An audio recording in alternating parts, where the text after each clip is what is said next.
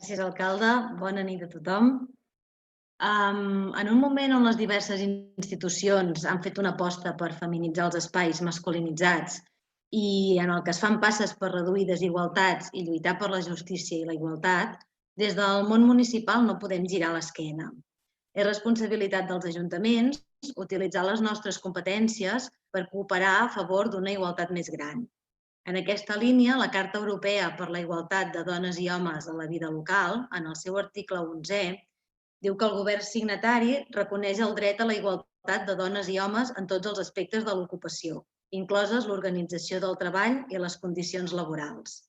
I dins d'aquest article 11, el seu apartat A, diu que cal incloure la revisió de polítiques i procediments relatius a l'ocupació en el si de la seva organització, així com el desenvolupament de l'àrea d'ocupació del seu Pla per la Igualtat, a fi de tractar les desigualtats en un termini apropiat que cobreixi, entre altres aspectes, i aquí n'hi ha diversos, però els més rellevants són els que hem reflexat amb la moció, i que són mesures per assegurar una representació equilibrada de dones i homes a tots els nivells, en especial per corregir qualsevol desequilibri en els nivells superiors i de direcció, mesures per suprimir la segregació professional basada en el gènere i per animar el personal a sol·licitar i ocupar llocs no tradicionals, mesures per assegurar una contractació equitativa, mesures per assegurar condicions de treball apropiades sense perill per la salut o procediments de consulta de les persones ocupades i dels seus sindicats que assegurin una participació equilibrada de dones i homes en els organismes consultius o de negociació. Ens cal voluntat política per acabar amb els biaixos de gènere. No n'hi ha prou amb els manifestos o amb adherir-nos a un decàleg. Els canvis legislatius i formals a vegades són insuficients perquè per si sols no garanteixen el seu compliment. L'únic que fan és donar la sensació de que ja tenim una igualtat real, fan que la gent es relaxi o la població es relaxi i ens fan abaixar la guàrdia. Per tant, necessitem voluntat i iniciativa política per garantir la implementació d'aquests canvis. I quan es produeix una oportunitat per equilibrar la presència de dones en llocs històricament ocupats per homes, ens cal estar al cas.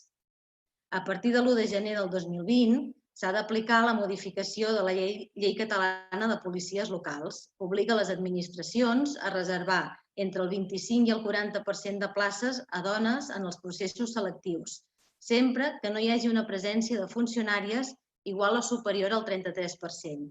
I aquest és el cas de Castellar, perquè a Castellar el percentatge de dones policies sobre el total de policies era del 15% i amb les últimes incorporacions a la plantilla aquest percentatge en comptes d'augmentar s'ha vist reduït.